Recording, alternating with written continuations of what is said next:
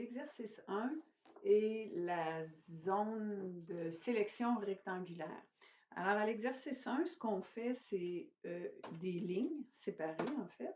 Donc, la ligne à part au point, ça nous dit qu'on doit partir, je prends ça ici, c'est l'exercice, ça nous dit qu'on doit partir au point 0, 0. Donc, le premier point, 0,0, on y va en coordonnées absolues. Sachez que c'est rare qu'on va travailler en coordonnées absolues, là, mais c'est juste pour vous faire comprendre que là, ça va être coordonnées, c'est ça, absolu, ça le dit. C'est la réelle coordonnée du point du début de la ligne, du premier point de la ligne. Alors, Enter.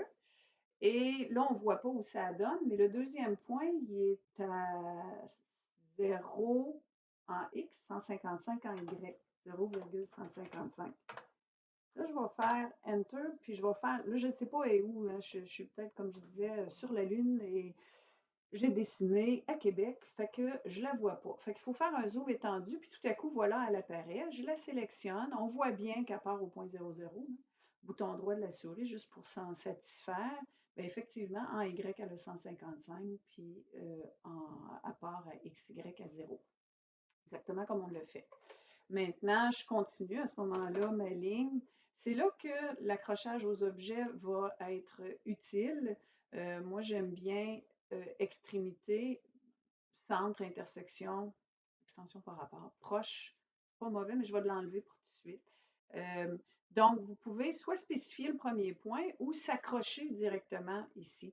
Là, je vais y aller avec l'exercice qui est de dessiner. Donc, mon premier point, qui est de dessiner avec des coordonnées absolues. Là. Fait que mon premier point, il est à 0 en X, 155. Fait qu'on va le voir s'accrocher au bout de celle-là.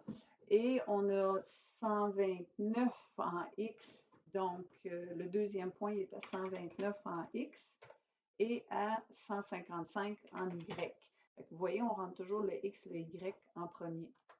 Et voilà. Après ça, j'ai le point qui est ici. Je suis toujours à 129 en X, 129 en X.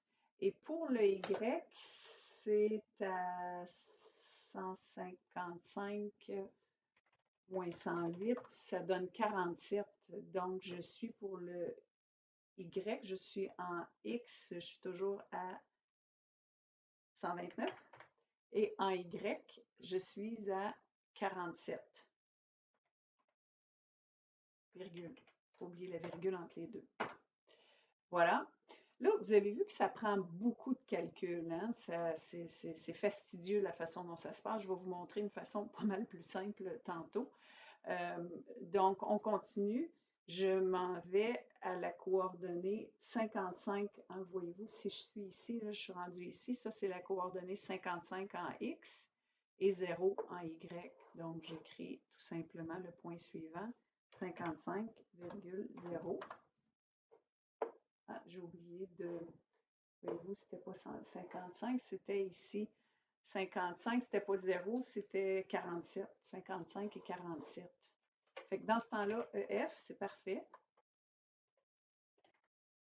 Je la sélectionne de droite à gauche. Voyez-vous que c'est là que la zone de sélection, soit que je sélectionne l'objet, mais c'est plus fastidieux de sélectionner l'objet comme ça. J'ai tendance, si on sélectionne de droite à gauche, ça prend tout ce que ça a sur son passage. Okay? J'échappe. Par contre, si je fais la commande effacer et je sélectionne de gauche à droite, ça va juste prendre ce qu'il y a à l'intérieur de la boîte. Fait que si je fais ça comme ça, il n'y a rien encore à l'intérieur de la boîte. Par contre, si je prends ça comme ça, voyez-vous, ça prend juste ce qu'il y a à l'intérieur de la boîte. Donc, je refais ma ligne qui va se partir de l'extrémité ici. Premier point. Le deuxième point, on a dit en X 55 et en Y 47. Et on continue en X, j'ai 55 et en Y, j'ai 0. Et bon, on va tout simplement les refermer ici comme ça. Voilà.